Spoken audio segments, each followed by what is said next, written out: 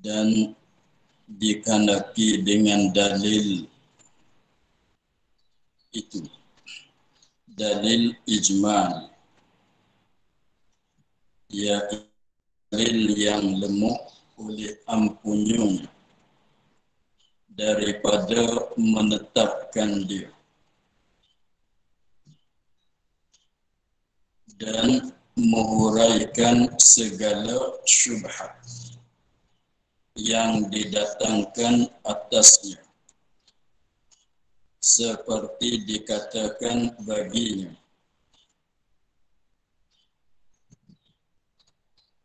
apa dalil engkau atas ada Allah Ta'ala? Maka berkata ia, alam ini, dan lemah ia daripada menyatakan jalan menunjuk alam ini atas ada Allah Ta'ala,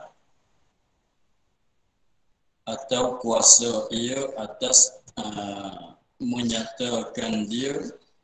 Tetapi jika didatangkan i'tiraf atasnya, tiada kuasa ia atas menguraikan dia atas wajah yang ditutupi.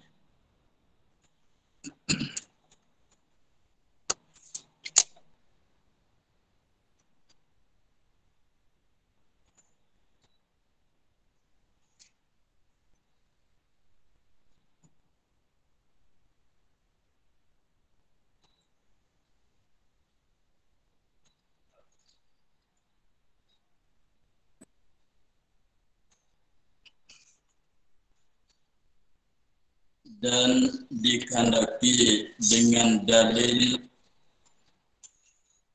itu, dalil ijmal,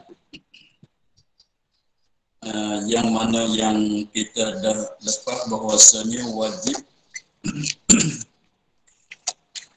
wajib di atas tiap-tiap mukallaf mengetahuikan satu persatu daripada akidahnya, serta mengetahui juga akan dalil bagi satu-satu pegangan satu-satu akidahnya.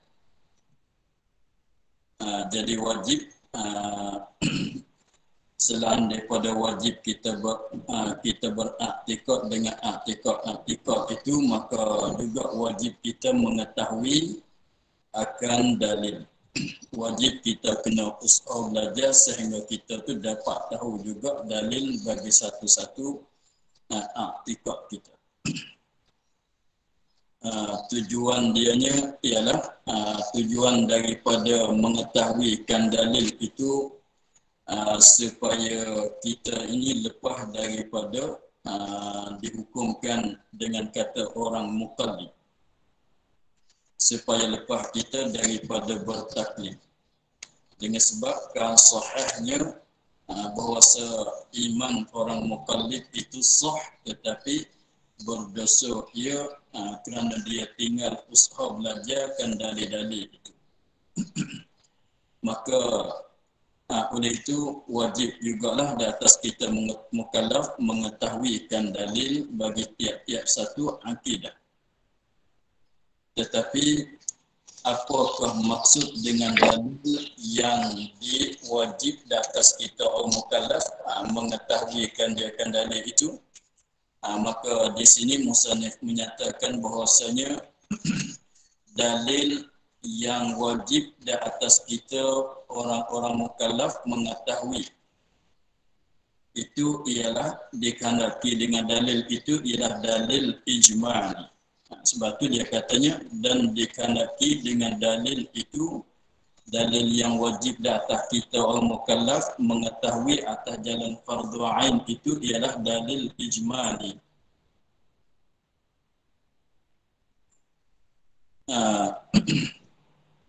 Dia dalil bagi satu-satu akidah itu ada dua dalil. Satunya dalil ijmali, yang keduanya dalil tafsiri. Maka yang dikanaki dengan dalil yang kata wajib di atas setiap-tiap orang mukallaf mengetahuikan dalil itu ialah dalil ijmali. Itu fardu ain bagi tiap-tiap mukallaf sebagaimana fardu ain data dia berikut dengan beberapa ikut yang lagi akan kita belajar. Maka wajib fardu ain juga mengetahuikan dalil ijmali. Adapun lagi ada satu dalil lagi dipanggilkan dengan nama dalil tafsili. Maka dalil tafsili itu wajib juga tetapi wajib atas jalan fardu kifayah. Dalil tafsili wajib juga tetapi wajib atas jalan fardu kifayah. Wajib data dalam fardu kifayah sebagaimana lagi akan menyata oleh musannif. Tetapi yang dalil yang wajib di atas kita mukallaf sebagai wajib fardu ain setiap orang mesti mengetahuinya ialah dalil ijmali. Maka apa diakah dalil ijmali? Iaitu dalil yang lemah oleh ampunnya. Lemah daripada menetapkan dia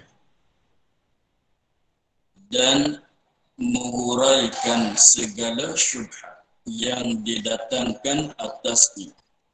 Itu dhabitan bagi dalil ijmal. Yang dimaksud dengan dalil ijmal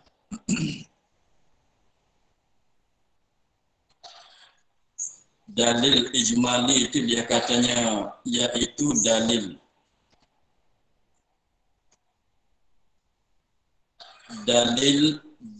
yang lemah oleh ampunnya.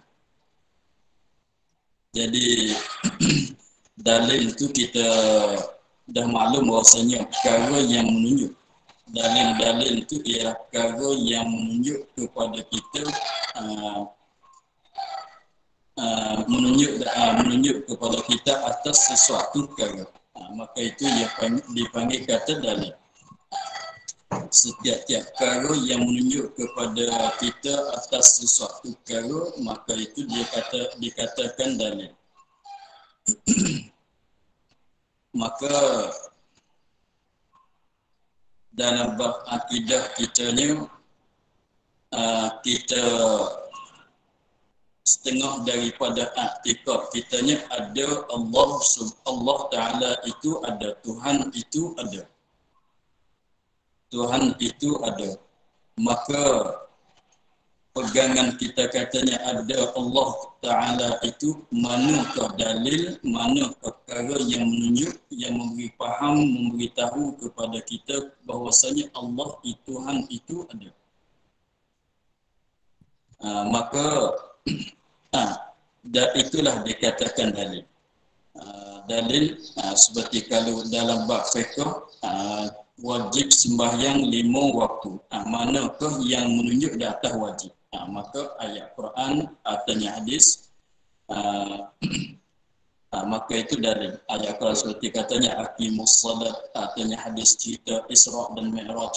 Maka itu dalil yang menunjuk katanya di atas wajib sembahyang 5 waktu. Maka di sini ada Allah. Apa perkara yang menunjuk di atas ada Allah, ada Tuhan. Maka yang menunjuk, yang memberi faham kepada kita katanya Allah itu ada, itulah dikatakan dalil. Sebab yang dulunya kita dah mengetahui bahasanya ada Tuhan itu bukan semata-mata kita tahu daripada ciptaan orang lain. Kita tahu kata ada Allah. Bukan kita tahu daripada ciptaan guru-guru kemasalan, itu tidak memadai, itu panggil tahu saja. Jadi nak bagi kejap, nak bagi kuat pegangan kitanya, kita kena tahu kata ada Allah. Allah itu ada, tapi tahu kita itu tahu daripada dalil, bukan tahu daripada orang cerita. Bukan dia. Itu yang maksudnya. Sebab tu katanya wajib kita kena tahu dalil juga. Sebab tahu kata Tuhan ada, tahu kata Tuhan kuasa itu tahu daripada dalil. Tahu daripada dalil, bukan tahu daripada orang cerita. Kalau tahu dengan orang cerita tu maknanya kita tidak mempunyai dalil sendiri. Maka yang maklum yang telah lepasnya kita kena ada dalil. Pandangannya pertama kali kita nak boleh pegang katanya berpegang beriktikad kata Tuhan ada, Tuhan sedia hingga akhirnya pertama kalinya kita tilik kepada dalil lebih dulu. Kita tilik kepada dalil lebih dulu sebabnya setiap perkara dia datang dalil lebih dulu daripada madlul. Madlul tu dalil tu alam ini, madlulnya ialah ada Allah. Contohnya kita nak tahu sesuatu perkara kalau dengan tidak dicerita oleh siapa-siapa. Kita tahukan suatu perkara dengan tidak dicerita oleh siapa-siapa, itu kita tahu daripada dalil. Contohnya kita tahu katanya seorang itu dia dah mengantuk. Dia tidak cerita, tidak ada siapa yang menceritakan kata dia itu sudah mengantuk. Tetapi kita tengok keadaan dia itu menguap-nguap, maka menguap dia itu menunjuk katanya dalil menunjuk kata dia itu dah mengantuk.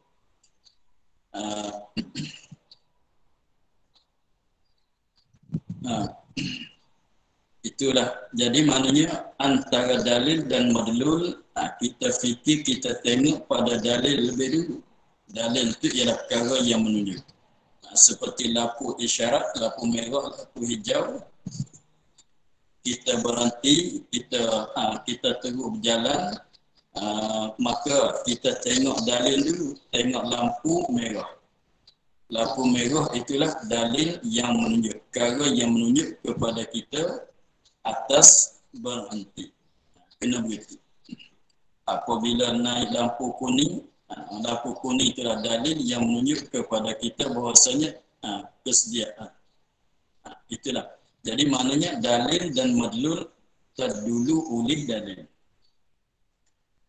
Jadi pada masalah kita nak mengenalikan Tuhan ini, nak mengenalkan Allah Ta'ala, nak tahu kata ada Allah, Tuhan sedia Allah, kekal Allah satu, Tuhan Allah itu Tuhan yang satu, Allah itu yang berkuasa hingga akhirnya, maka yang datang kepada yang pertama kalinya kita tengok kepada dalil. Kita tengok kepada dalil, setengah tu dalil tu dalil nakli, dalil akli, setengah tu sebut dalam Quran, itu dalil tu ada sebut juga dalam Quran, dalam hadis itu dipanggilkan dalil nakli. Maka apabila kita baca ayat Quran, qul huwallahu ahad, masalah qul huwallahu ahad, maka qul huwallahu ahad itu dalil yang menunjuk kepada kita atas satu Allah Ta'ala itu Tuhan yang satu. Apabila kita baca ilahukum ilahun wahidun, ilahukum Tuhan kamu, kita dah tahu itu menunjuk katanya kita ada Tuhan. Ilahukum ilahun wahidun, di ilahun wahidun itu dalil menunjuk katanya Tuhan itu Tuhan yang satu saja.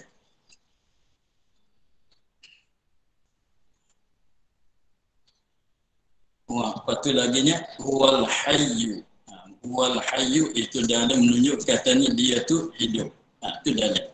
Jadi belum jadi sesuatu pengetahuan kalau jenis kajian dia datang dalil, kita berjumpa dengan dalil lebih dulu daripada pengetahuan. Begitu juga hukum-hukum fiqh. Hukum-hukum fiqh ulama mujtahid dia ijtihad, dia berjumpa dalil dulu, berjumpa dengan dalil, maka daripada dalil itulah dikeluarkan hukum. Maka dalil itu terdulu di atas madlul. Jadi maknanya kita apabila kita kalau kita tak tengok kepada ayat Quran, kalau kita tak tengok kepada hadis, maka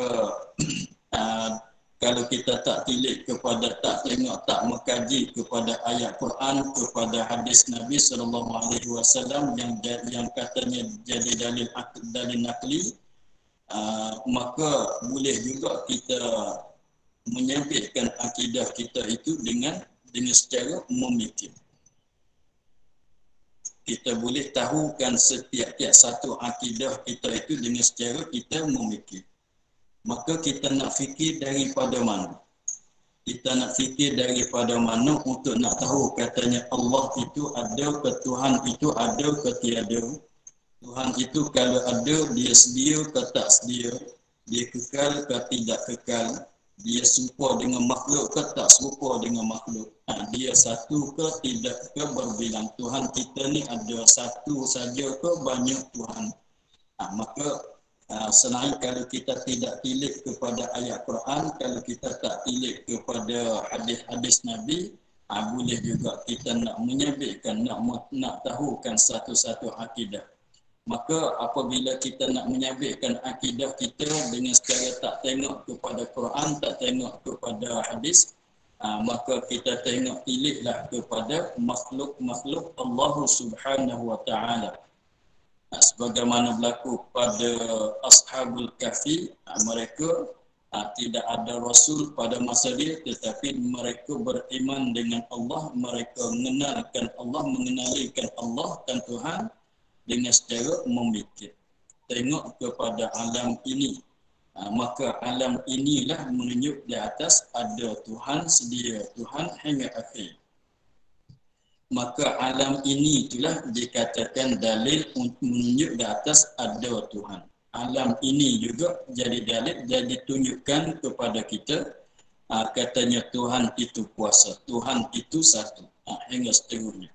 Jadi alam inilah yang menunjuk kepada kita, bukan yang cerita kepada kita, sebab dia tak cerita, tetapi dia yang menunjuk. Kita tengok kepada, perhati tengok kepada alam ini, begitunya berubahnya, sekejap gelap, sekejapnya cerah, sekalinya begitu, sekalinya begini, maka kita fikir kaji kepada alam ini, tak dapat, maka alam inilah, kajian kita pada alam ini membawa kepada kita bahawa kita ikut katanya Tuhan mesti ada, Tuhan mesti sedia, hingga akhirnya. Maka alam inilah jadi dalil bagi aktiqat kita. Jadi kalau tanyanya kita fikir pada alam ini lebih dulu. Kita fikir lebih dulu, kita fikir pada alam ini lebih dulu. Kemudian pada fikir pada alam inilah kita membawa kepada kita teguh katanya Tuhan ada, Tuhan kuasa hingga akhir. Jadi sekiranya kalau seorang manusia dia tak tengok ke, tidak ulang kaji, tidak mengkaji pada ayat Quran dan hadis, dia boleh tahu juga akan ada Tuhan dengan secara memikir dengan akal. Maka itulah dikatakan dalil akli. Maka dalil akli itulah dibahagi kepada dua, satunya dalil ijmali dan satu laginya dalil tafsiri. Maka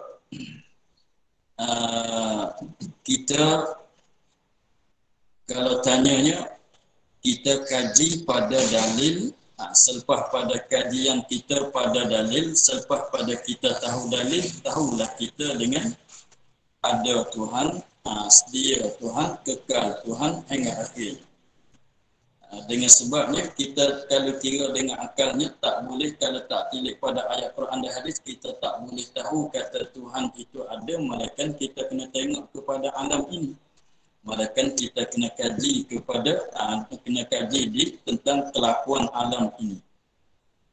Seperti hukum fiqh tak boleh tahu kata itu wajib, ini sunat, ini haram, melainkan kita tengok kepada dalil Quran dan hadis. Maka yang kita berjumpa awal-awal kali kita berjumpa dengan ayat Quran. ulama mujtahid yang jumpa dengan ayat Quran, yang jumpa dengan hadis, dia baca Quran, dia baca dalam hadis, maka daripada Quran itulah, daripada hadis itulah menunjuk di atas beberapa hukum-hukum yang kita tahu-tahu sekarang. Maka Quran dan hadis itu pun dikatakan dalil, tapi itu panggil dalil nakli atau dalil syar'i. Quran dan hadis itu dikatakan dalil syar'i atau dalil nakli. Adapun masalah bab i'tiqad digunakan dalil nakli dan juga digunakan dalil akli. Dalil nakli ialah nakal, ambil daripada syarak, ambil daripada Quran dan hadis. Disebut dalam hadis, disebut dalam Al-Quran. Itu dalil nakli. Selain itu kita boleh kenal juga Allah Ta'ala itu dengan secara memikir. Maka kita kenal Allah Ta'ala dengan secara memikir pada kejadian alam ini, maka itu kita tahu dengan secara dalil apa dia? Dalil akli, guna akal. Kemudian di dalam bab i'tiqad,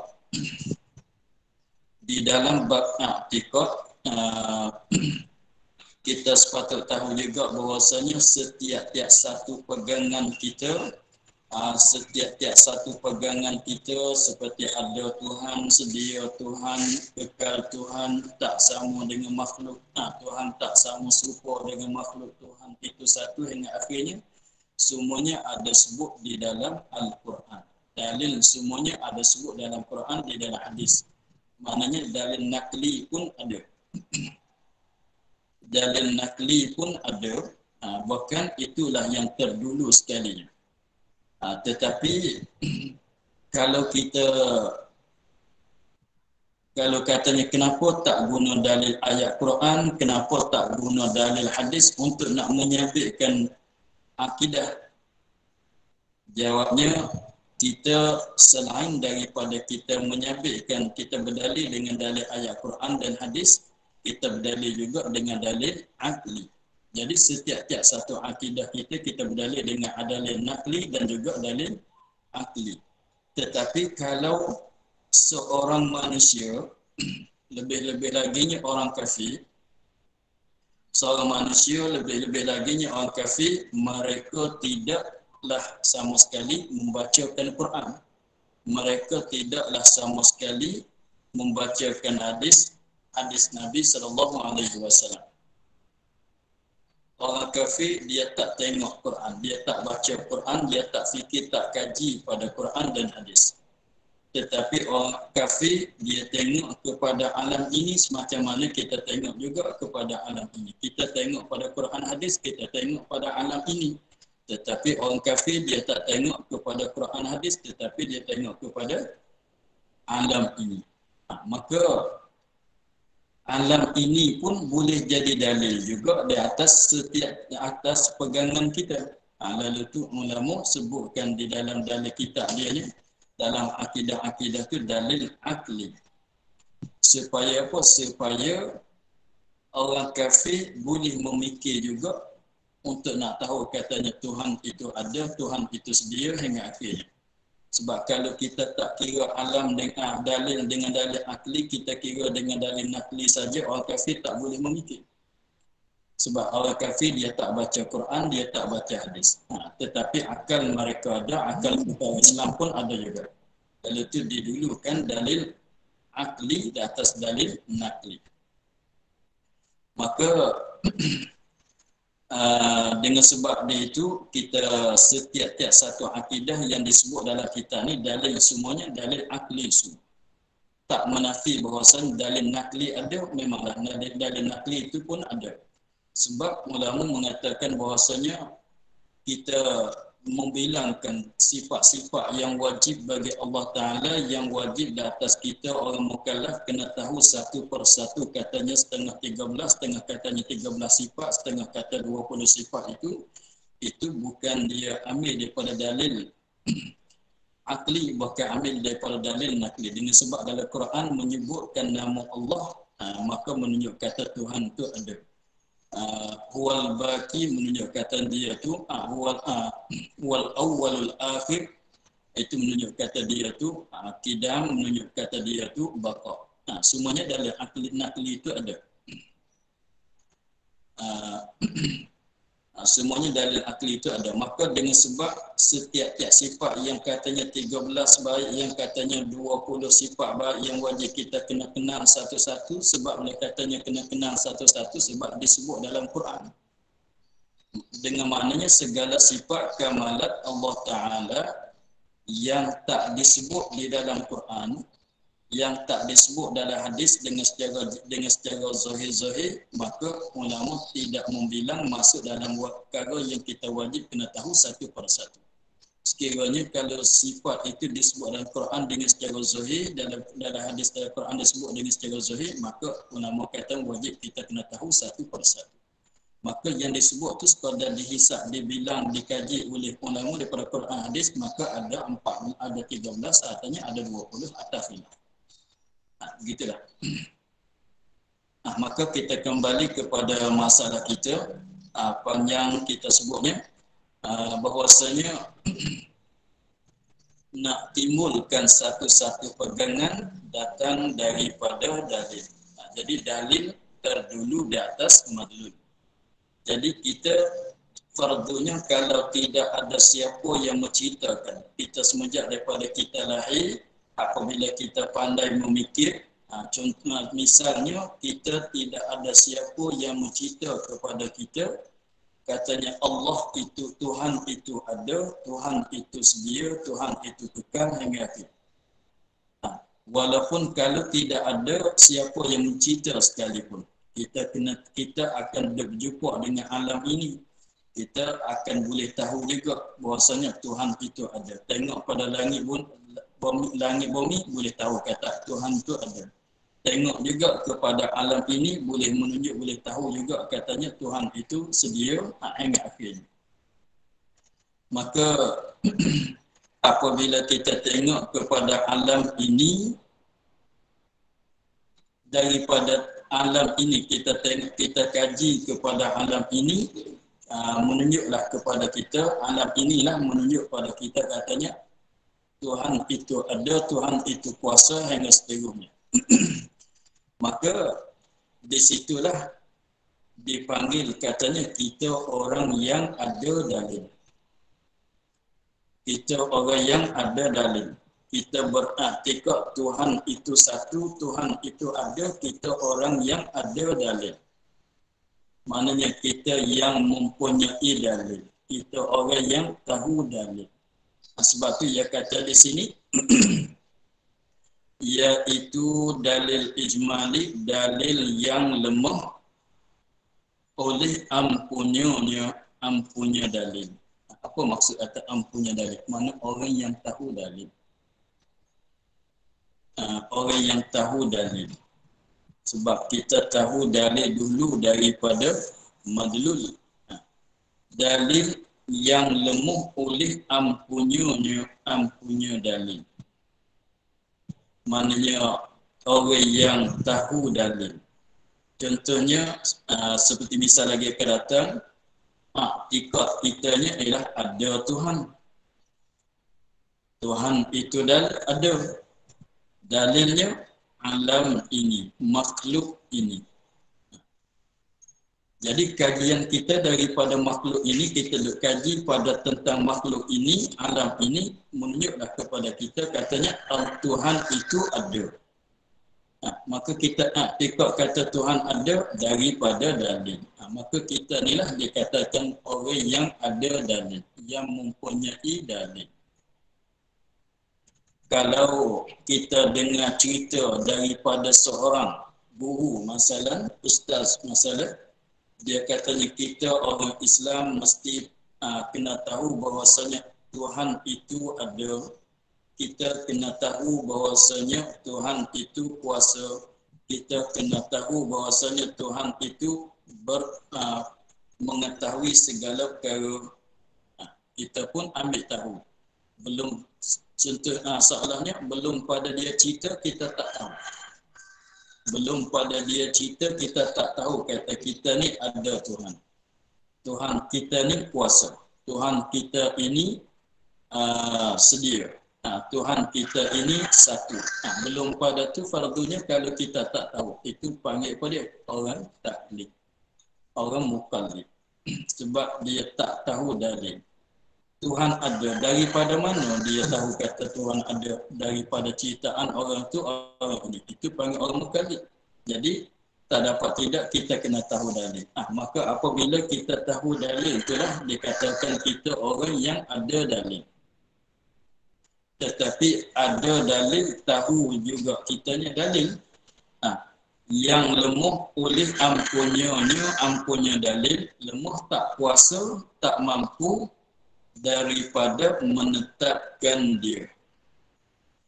Lemah daripada menetapkan dia. Dikanaki dengan menetap itu ialah menghuraikan dia, mengkupaskan dia. Dia lemah maknanya dia tak pandai.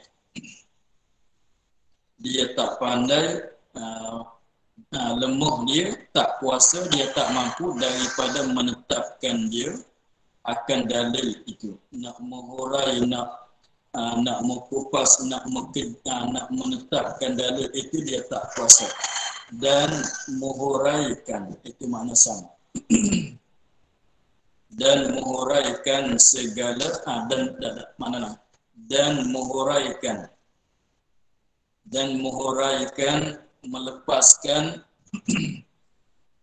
segala syubhat, segala kekeliruan yang didatang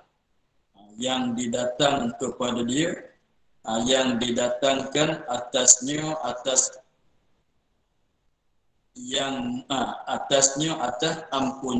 ampunnya dalil. Jadi sakat mana dia panggil dalil ijmali, dia dalil tu baik kata dalil ijmali, baik pada katanya dalil tafsili, semuanya daripada alam ini itu juga. Semuanya daripada alam ini, makhluk ini itu juga. Kalau kata nak jadi dalil ijmali pun daripada alam ini itu juga. Kalau nak kata dalil tafsili pun daripada alam ini itu pun juga. Tetapi luas ke tidak luas tentang kajian kita pada dalil. Jadi kita dah tahu katanya Allah itu ada. Tahu daripada mana kata Allah itu ada? Tahu daripada alam ini. Dengan sebab alam ini dalil yang menunjuk, dalil itu mana yang menunjuk kepada kita atas ada Tuhan. Tetapi apabila kita tahu dah begitu, tapi kalau orang tanya jalan mana ke alam ini menunjuk di atas ada Tuhan, kita tengok kepada langit. Langit itu setengah daripada alam ini. Kita tengok kepada bumi. Bumi itu setengah daripada alam ini. Kita sendiri pun setengah daripada alam, setengah daripada makhluk. Maka kita tengok kaji kepada bumi, kepada langit, kepada diri kita sendiri, kelakuan kita, kelakuan langit bumi. Kita boleh tahu katanya ada Tuhan. Tetapi di sudut manakah langit itu menunjuk katanya ada Tuhan? Kita tahu kata langit ini dia baru ada dan belum pada ni dia tidak ada, mesti kena ada yang menjadi. Contohnya diri kita sendiri. Kita belum pada ni kita tidak ada. Kita belum pada ni kita tidak ada. Tetapi sekarang kita ada. Kalau undur balik 100 tahun, 200 tahun ke atas dulu kita tidak ada. Tetapi sekarang ini kita ada. Maka dalam pegangan yang sahanya, suatu benda yang baru, yang tidak ada, tak boleh ada dengan sendiri. Benda kalau tidak ada, di awal-awal dia tidak ada. Dia tak boleh nak ada sendiri, malaikat kena ada yang menjadi. Maka dulu kita tidak ada. Tetapi sekarang kita ada. Maka siapakah yang mengubahkan, yang menjadikan, yang mengubahkan kita, yang menjadikan kita daripada asalnya tidak ada kepada ada? Sebab kita nak mengadakan, nak buat kita sendiri, tak boleh jadi. Tak boleh, tak diterima pada akal. Mesti kena ada yang menjadi. Yang menjadi itu Tuhan. Jadi kita tengok pada diri kita, tengok pada kelakuan kita. Belum pada kita makan, kita lapar. Ketika kita lapar itu tidak ada kenyang. Ketika kita lapar itu tidak ada kenyang. Selepas pada kita makan, hilang lapar. Hilang lapar timbul oleh kenyang. Maka kenyang dan lapar itu dia silih berganti. Sekejap ada lapar, sekejap ada kenyang. Kesihatan, kesakitan kita pun bergilih ganti juga. Maka kita tahu bahawasanya diri kita ni ada berubah-ubah pada diri kita ini. Siapakah yang mengubah? Nak kata jadi berubah sendiri tak boleh jadi. Nak jadi berubah sendiri tak boleh jadi. Mesti kena ada yang mengubah. Jadi mana ada yang mengkontrolkan kita, yang membuat kepada kita. Itulah menunjuk katanya ada Tuhan. Maka diri kita ni dalil menunjuk katanya ada yang membuatkan kita. Tetapi kita tahu dah di situ, tetapi apabila kita tahu sekadar diri kita saja, kita tahu sekadar diri kita saja, kita kaji pada diri tubuh, pada tubuh badan kita, kenyang, lapar, sakit, demam, kuku kita potong kejapnya panjang, kita potong sekejapnya panjang. Siapakah yang memanjang? Mesti kena ada yang memanjangkan kuku kita, rambut kita. Itulah dalil. Katanya ada yang mengadakan kita, yang membuatkan pada diri kita. Tetapi kita tahu sendiri, kita tahu dah, fikir begitu kita boleh fikir dah.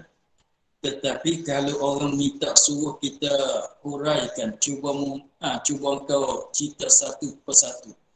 Diri engkau, cara mana, tilik ke mana, katanya ada Tuhan. Kita tahu sekadar diri kita, tapi nak hurai kepada yang lain, kita tak pandai. Kita tak pandai. Sekiranya kalau orang yang mendatangi syubhat, kekeliruan kepada kita, kita tak pandai juga nak menolakkan syubhat itu. Paling aku tak tahu nak jawab. Tapi tetap katanya ada Tuhan. Contohnya kita sekarang kita pegang katanya kita daripada tengok pada alam ini, kita tetap dah katanya kita ni ada Tuhan. Sekiranya kalau datang oleh kafir yang tak percaya kepada Tuhan, dia kata segala makhluk ini ada sendiri. Bukan dijadi oleh Tuhan. Tuhan tidak ada. Itu syubhat. Tapi kita kejap katanya ada Tuhan. Kalau tak kejap tu mana i'tiqad tidak sah. Sebab i'tiqad nak sahnya mesti kena jazam, putus. Kan? Kena jazam, kena putus, tak boleh ragu-ragu sama sekali. Kalau kita masih ragu lagi, maknanya iman kita tidak sah lagi di awal lagi. Tak panggil kita orang yang beriktikad. Kalau tak tetap, kita dah tetap tahu daripada dalil. Tetapi kalau orang katanya semua makhluk ini ada sendiri, bukan Tuhan menjadi. Tuhan tidak ada. Kita tak pandai nak tolak. Kita tak pandai nak tolak akan perkataan dia. Tapi yang dia kata kita tak terima. Dia kata Tuhan tidak ada, semua makhluk ini jadi sendiri, bukan Tuhan membuat. Kita tak terima sebab kita kejap kata Tuhan ada, tetapi kita nak tolak akan perkataan dia, nak rak perkataan dia, kita tak pandai. Kita tak pandai nak tolak. Kalau orang minta suruh kita, kalau orang sama-sama kawan-kawan kita minta suruh kita huraikan, minta suruh kitanya menjelaskan, tak pandai juga nak hurai. Kita jawab katanya kau pergi belajar sama kawan lain. Aku tak pandai nak hurai. Tapi sekadar diri aku sendiri, aku tahu. Aku tahu katanya diri aku inilah menunjuk kata ada Tuhan yang mengatakan pada diri kita. Tapi apabila nak orang tanya tak pandai nak jawab, tahu sekadar diri. Kalau syubhat datang pun dia tak pandai nak tolakkan syubhat itu. Tahu sekadar itu maknanya orang yang mempunyai dalil ijma'.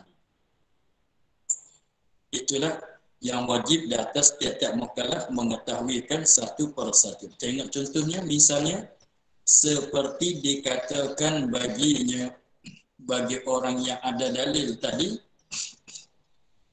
apa dalil engkau? Apa dalil yang menunjuk kepada engkau atas ada Tuhan?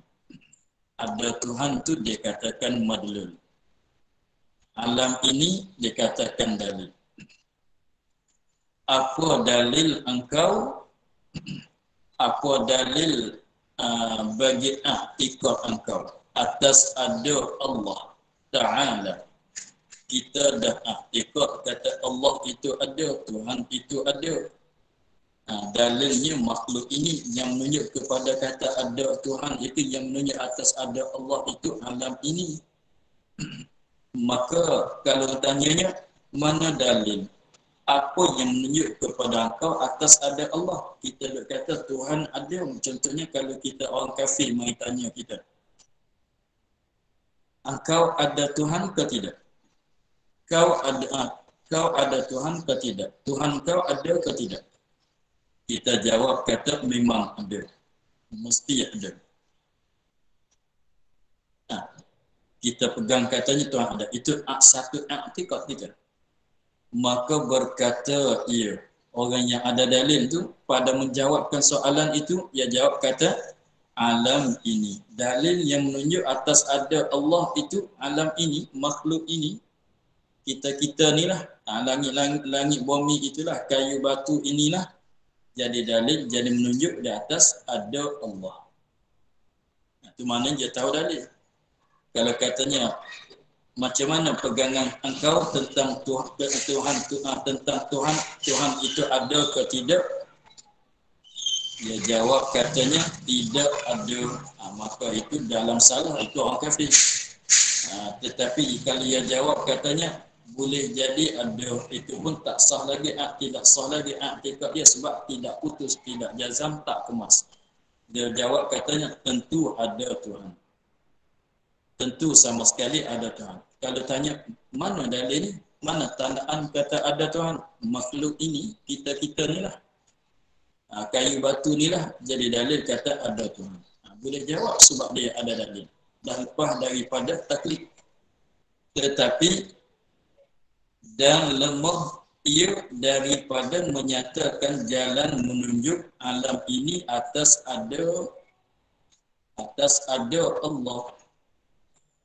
Tetapi dia itu lemah, tak kuasa, tak mampu daripada menyatakan, nak menghuraikan jalan menunjuk, cara menunjuk, wajah menunjuk alam ini atas ada Allah, ada Tuhan. Kalau tanya diri kita, tengok kat mana katanya ada Tuhan? Dia tak pandai. Bukan tak tahu betul-betul tu.